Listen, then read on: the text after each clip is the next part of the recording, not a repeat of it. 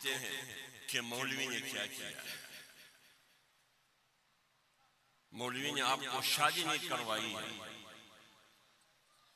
آپ کو گاڑی نہیں دی ہے،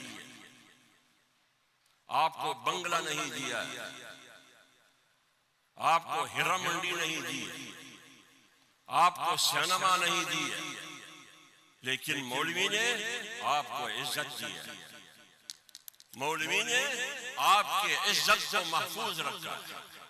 25 کروڑ عوام کو پتہ نہیں ہے کہ میری بیٹی میری گھر کی چار دیواری میں اگر آج اس کی عزت اور ناموس محفوظ ہے تو یہ اس غریب مولوی کی مرہونی منت ہے۔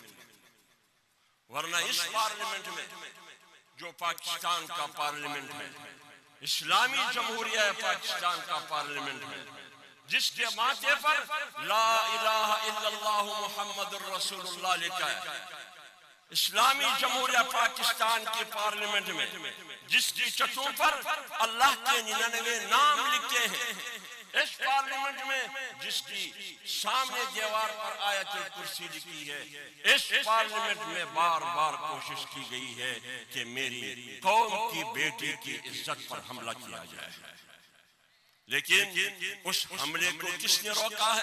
اس حملے کو چند علماء نے روکا ہے۔ قانون سازی کے ذریعے قوم کی بیٹی پر بار بار حملہ کی کوشش کی گئی ہے۔ کس قسم کی حملہ؟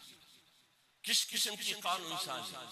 قانون سازی یہ کہ 18 سال کے بعد آپ کی بیٹی آپ کی نہیں ہے، وہ آزاد ہے، وہ ایک بوائے فرینڈ رکھتا ہے یا 2 بوائے فرینڈ رکھتی ہے، ان کی مرضی ہے، 6 مہینے کے لیے دوست رکھتی ہے یا 6 سال کے لیے رکھتی ہے، نکاح سے پہلے بچہ پیدا کرتا ہے یا نکاح کے بعد پیدا کرتا ہے، ان کی مرضی ہے۔